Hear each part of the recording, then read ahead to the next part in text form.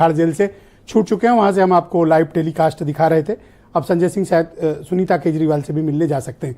बहन भाइयों, इस पर चर्चा को आगे बढ़ाएंगे। अब बारी है समाजवादी पार्टी के प्रवक्ता अनूप संडा की। अनूप जी, आप कुछ कह रहे थे अनिल दुबे जी को, क्या प्रॉब्लम है आपको? अच्छा, एक बात इन्होंने कही, देखो अच्छा हुआ याद दिला दिया आपने। कह रहे हैं 80 की 80, एक भी मैनपुरी भी नहीं छोड़ रहे हैं आपके लिए। अच्छा, एक मजेदार बात आपने ब्रजेश जी देखी क्या? 370 सीट बीजेपी अकेले ले रही है और एनडीए में 38 दल हैं, बाकी 37 दलों को 37 सीटें भी नहीं दे रहे हैं।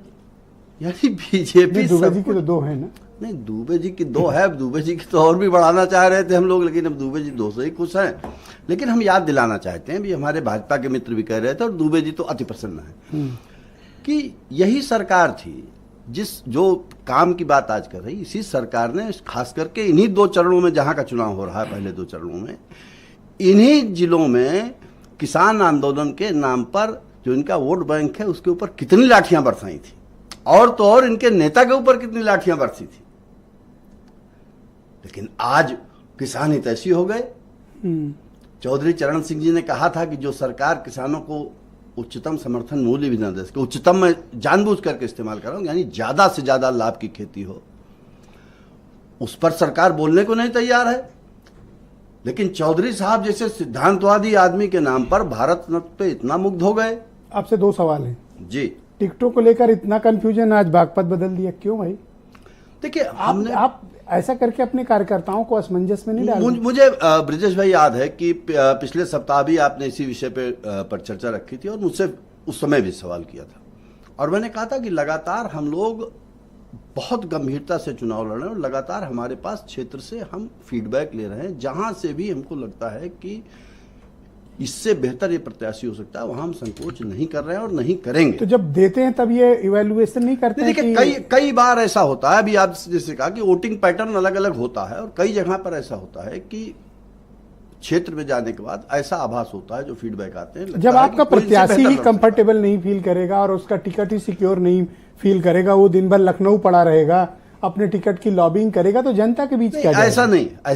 हमारे एक भी प्रत्याशी आपके कंफर्टेबल नहीं है कि उनका टिकट बचेगा या नहीं बचेगा, पता नहीं कब प्रश्न नोट आए और टिकट कट जाए।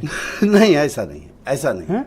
ये तमाशा तो सब देख रहे हैं। ऐसा नहीं है। मैं आज जैसे बागपत का उदाहरण ले लीजिए, आपने मनोज चौधरी का टिकट काटा, अमरपाल को पकड़ाया, नागर का काटा, अवाना को दिया, अवाना का काटा, नागर को दिया, फिर अवाना को दिया, फिर नागर को दिया।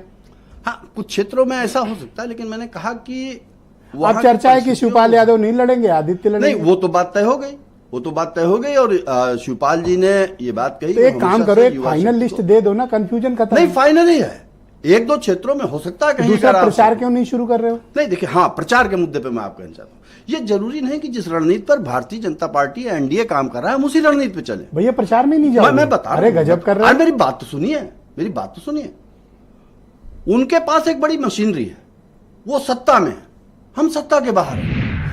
एक रामचरितमानस में चौपाई आती है कि रावण रथी विरथ रघुवीरा, वो रथ पर सवार। सर, ऐसी भी स्थिति नहीं है कि गाड़ी नहीं है, डीजल नहीं है। ब्रजेश भाई, आप भराओ डीजल, पहुंच जाओ मुजफ्फरनगर। सर, कौन रोक रहा है? बात तो मेरी पूरी सुने। हम ये बताना चाह रहे हैं कि हमारे जितने फ्रंटल संगठन हैं, हर फ्रंटल संगठन के प्रत्येक जिले में प्रभारी बने हैं और वो लगातार उन क्षेत्रों में काम कर रहे हैं। टॉप लीडर जो हमारे प्रचारक हैं, मैं उनकी बात कर रहा हूं। सर, तो अभी टॉप लीडरशिप, अभी तो आप लोगों के बीच जा ही नहीं रहे हो। सर, अभी तो नॉमिनेशन समाप्त हुए हैं, अभी से क्या मतलब पहले चरण? अच्छा, क्या मतलब है? मैं आपको करेक्ट करता हूं, दर्शक भी इस बात को, आपका जवाब खुद दर्शक देंगे।